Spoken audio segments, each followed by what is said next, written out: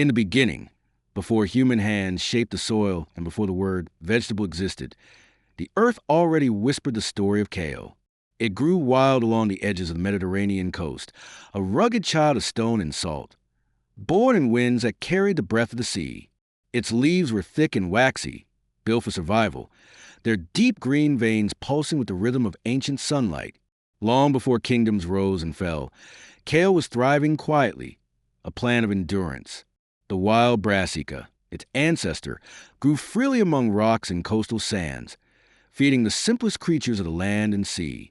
Humanity had not yet tamed it, but already it carried the potential to nourish civilizations not yet imagined.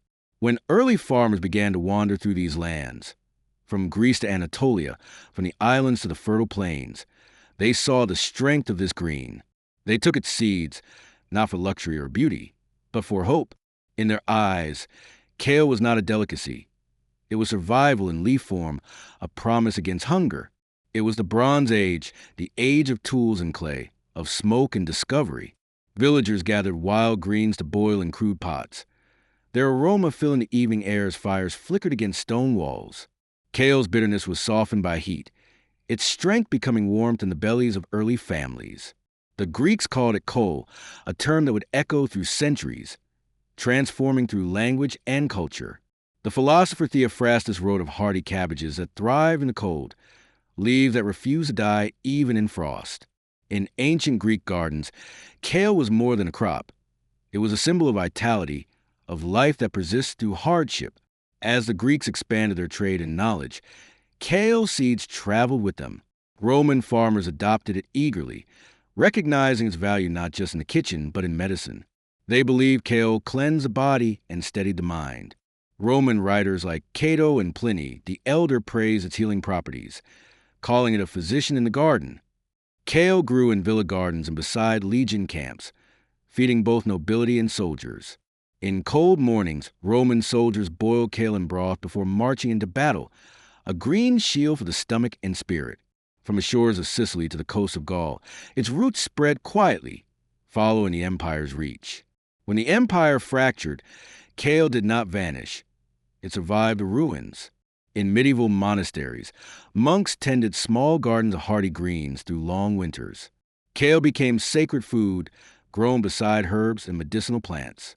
In the quiet courtyards of stone abbeys, under bells and prayer, kale's leaves unfolded like pages of endurance. As Europe darkened under famine and war, kale remained a steadfast crop, a plant that did not fail even when wheat fields froze. It became the poor man's vegetable, not for lack of worth, but for its unyielding loyalty to those who needed it most. Families boiled it with potatoes and barley, keeping hunger at bay while empires fought and kings fell. Its strength lay not in glamour, but in humility. Kale fed peasants, monks, travelers, and warriors alike. And as centuries turned, it adapted to every climate it touched, from the mists of Scotland to the snows of Scandinavia. It became a language of survival, spoken in green. In the cold north, it transformed, its leaves curling tighter, darker, stronger against the chill. The Scots and the Dutch learned that frost made it sweeter, its bitterness turning to quiet warmth. From this discovery, winter gardens flourished. Kale became the heartbeat of northern kitchens. By the Renaissance, kale's reputation had deepened. Painters, poets, and herbalists began to see not just food, but beauty in its form. The elegant curls, the deep veins, the symbolic persistence of green against gray. It appeared in old manuscripts and botanical sketches, its shape etched beside lilies and vines. Kale's history is not a tale of fame, but quiet companionship, a plant that walked alongside humanity through hunger, war, and discovery. As explorers set sail toward the New World, they carried its seeds across oceans, unknowingly ensuring its immortality. And so, from the coast of the Mediterranean to the shores of America, Kale's journey continued, a voyage of endurance that spanned not just distance, but time itself. The dawn of the Renaissance was a dawn of rediscovery, a world waking again to the wisdom of nature. In the pages of herbal manuscripts, kale appeared not as a common crop, but as a marvel of the botanical world. Scholars and artists, surrounded by pigments and parchment, drew its curling veins with reverence, calling it Brassica oleracea, the plant that held many forms, many destinies. Europe's gardens became living laboratories, places where monks, physicians, and curious minds crossbred the ancient wild cabbages into distinct varieties. From this quiet experimentation emerged kale's first relatives, collards, cabbages, and broccoli, each carrying a whisper of the same origin. Kale, however, remained the oldest and purest form, the ancestral green that carried a memory of the Mediterranean sun. In the gardens of England, kale took root in the damp soils of the countryside. There it became known as colewort, a term that would evolve into kale through the soft accents of the north. Its taste was harsh to some, but comforting to those who had known hunger. In winter, when the fields froze and other crops withered, kale stood unbroken, its leaves dark, its flavor deepened by the frost. By the time the 17th century arrived, kale was woven into the daily rhythm of European life. In Scotland, it was planted beside cottages and in communal plots known as kale yards. It was not just food, but identity. Every Scottish household was said to have its own patch of kale, and a home without one was no home at all. Kale became the cornerstone of simple soups and stews, feeding generations through long winters. In the Netherlands and Germany, it found a place in hearty dishes like stamppot and grunkohl, served with sausages and potatoes. Each region gave its own name, its own character, but the essence remained unchanged, the green that sustained life. When the winds of exploration began to sweep across oceans, kale journeyed once again, this time aboard wooden ships bound for the New World. European settlers carried their seeds across the Atlantic, tucked into pouches and barrels, preserved with the care of something sacred. They knew its value not as luxury, but as endurance, a crop that could withstand salt air, frost, and poor soil. On the coast of North America, kale adapted quickly. It found new homes in colonial gardens, thriving beside maize and beans. It became the winter vegetable of the settlers, a bridge between the old continent and the new frontier.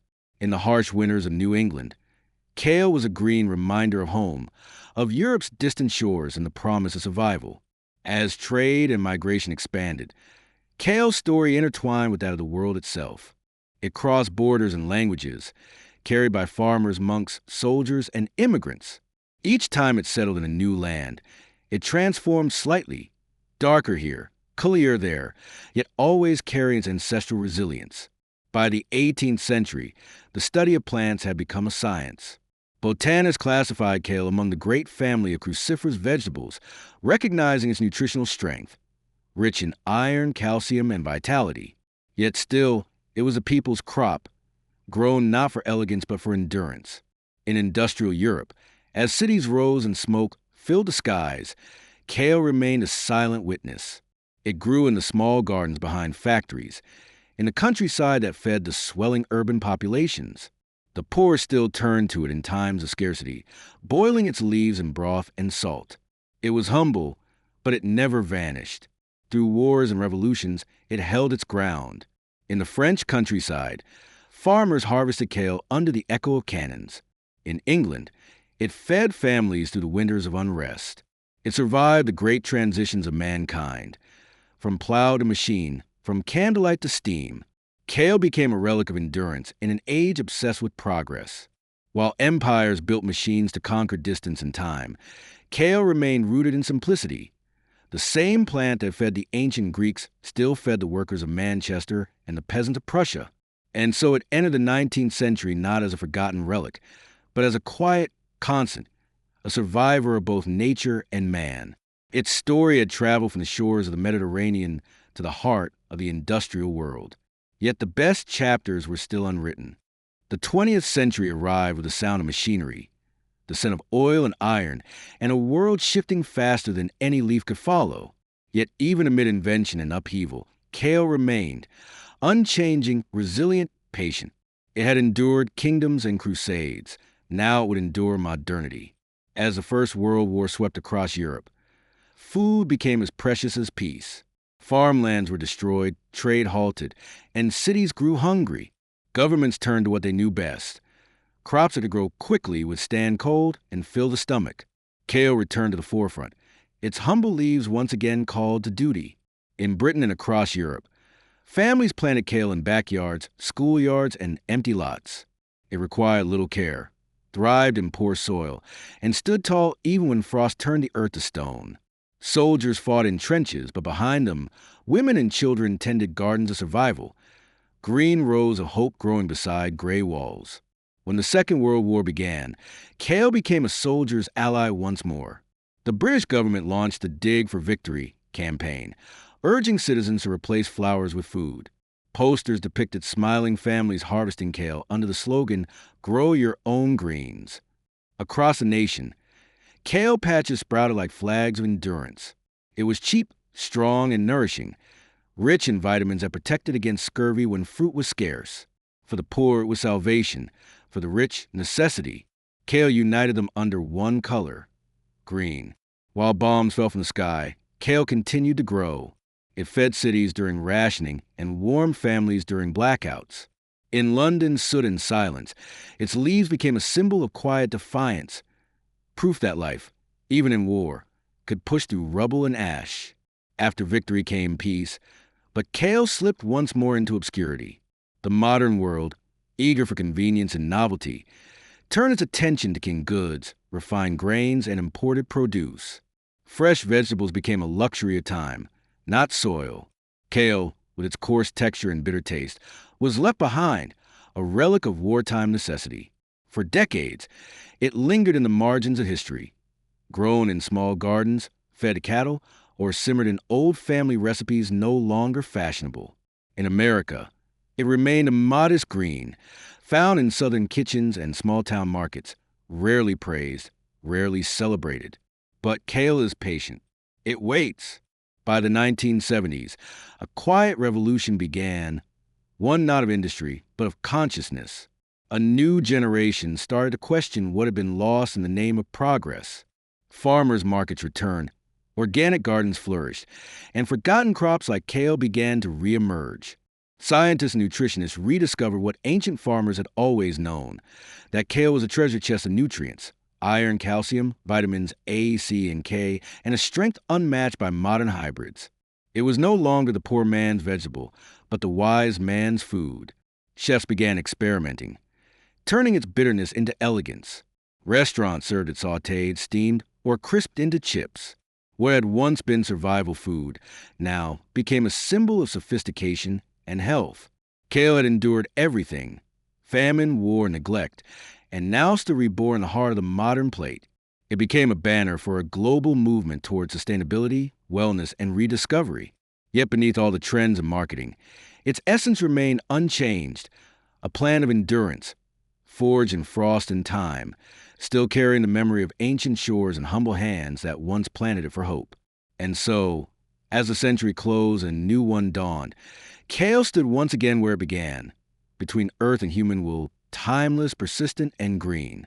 The new century began with urgency, a quiet realization that humanity had raced too far, too fast. In cities of glass and steel, where food came wrapped and ready, people began to yearn for what felt real again, the touch of soil, the rhythm of nature, the taste of something ancient and unspoiled. And in this longing, kale returned, not as a forgotten survivor, but as a green icon reborn. It started humbly, in community gardens and health movements. People rediscovered what their ancestors had known for millennia, that nourishment was not a product of factories, but of earth and patience. Kale, with its unpolished strength, fit perfectly into this awakening.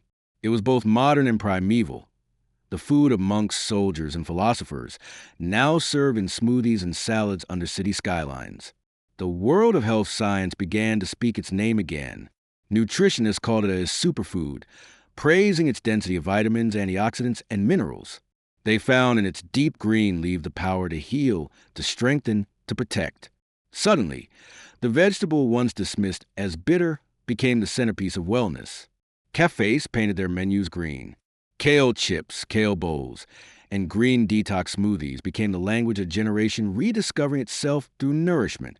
On social media, images of kale glow beneath golden filters, tagged with words like clean eating and mindful living. But beyond the fashion, kale's rise carried something deeper, a cultural symbolism. It became a quiet rebellion against the processed and artificial. To eat kale was to return to roots, to acknowledge a lineage that stretched back to the first farmers who tilled the Mediterranean soil thousands of years ago.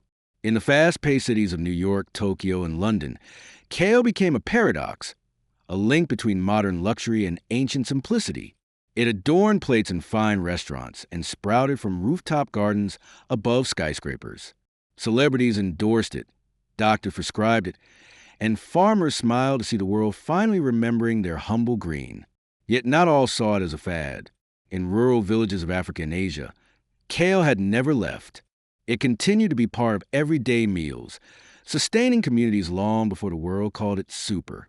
In Kenya and Ethiopia, varieties like sukuma wiki have been feeding families for generations. The same resilience, the same taste, the same story. The global conversation began to merge. The ancient and the modern, the local and the global, all connected through this single green thread. Kale became a symbol of sustainability, of food that respects the land and gives back more than it takes. Scientists began studying its resistance to pests, its ability to grow in poor soils, its potential as a climate-resilient crop for future. Kale's old virtues, endurance, adaptability, strength, suddenly seemed like the very traits humanity now needed to survive its own changing world. It appeared in documentaries and research papers, in food festivals and environmental movements. It became a face of responsibility, a reminder that what nourishes us most deeply is not always what dazzles, but what endures. Kale's image evolved from a plate to a philosophy. To plant kale was to believe in resilience. To eat kale was to choose mindfulness. And to remember Kale's journey, from ancient Greece to modern gardens, was to recognize the unbroken thread of human survival tied forever to the earth. Today, kale stands not just as a food, but as a story, one that began in salt and stone and now lives in digital pixels and shared consciousness. Its leaves, once symbols of poverty, now symbolize wisdom. Its roots, once buried in forgotten soil, now anchor a global idea that simplicity is power and endurance is beauty. And as the 21st century unfolds, with its challenges, its climate changes, its shifting cultures, kale continues to grow. In community gardens beside highways, in greenhouses lit by LED suns, in the hands of farmers and children alike, it grows. Silent, steadfast, unchanged in purpose. It does not chase attention. It never has. Kale simply continues, the same patient rhythm that has carried it through every era, reminding humanity that strength in the end is found in simplicity. In the story of civilization, few companions have walked so quietly beside humanity as kale. It has seen empires rise and fade, watched plows become machines, and carried its seed through hands that changed but hearts that did not. It has known the soil of Greece, the fog of Scotland, the frost of Norway, and the sun-baked fields of Africa. It has outlived monarchs and wars, surviving not through conquest, but through patience. When we look at its leaves, we see more than food. We see the memory of persistence, the same strength that built villages, crossed oceans, and endured hunger. The same rhythm that once guided farmers who planted not for profit, but for tomorrow. Kale is the color of endurance, the color of seasons that never surrender. Its green is not the bright luxury of abundance, but the deep, steady hue of survival. Each curl of leaf holds a story of a world that refused to give up, a lineage of hands that believed life could always return after winter. In today's world, where change moves faster than the turning of soil, kale stands as an emblem of balance. It reminds us that progress is not forgetting the earth, but remembering it better, that in the race of the future, wisdom often grows in the simplest forms. Across continents, from rooftop farms to ancient terraces, kale connects generations without words. Grandmothers who once boiled it in iron pots now see their grandchildren blend it into morning drinks. The recipe changes, but the bond does not. The act of nourishing remains sacred. Kale's endurance mirrors humanity's own, imperfect, scarred, yet endlessly resilient.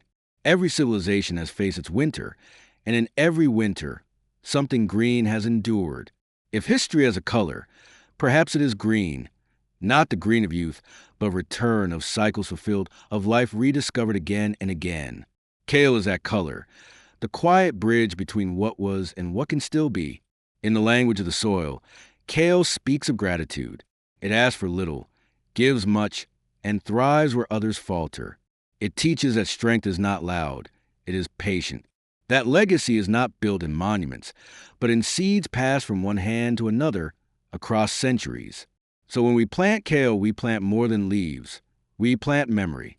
We root ourselves in the same ancient promise that guided the first farmers of the Mediterranean. We take part in the same cycle of endurance that carried humanity through its darkest nights. And when the sun sets over modern skylines and fields turn gold with dusk, the silhouette of Kale still stands, steady, silent, and alive. Perhaps that is its greatest story. Not its taste nor its fame, but its faith. Faith that life, once nurtured, will always find a way to begin again. From the wild cliffs of ancient Greece to the glowing rooftops of modern cities, Kale's journey is a journey of us all, a testament written in green, a whisper of survival carried to the winds of time. As the camera fades to the horizon, one truth remains clear. The world changes, but the earth remembers. And in that memory, somewhere between seed and sun, Kale still grows, as it always has, quietly, patiently, eternally.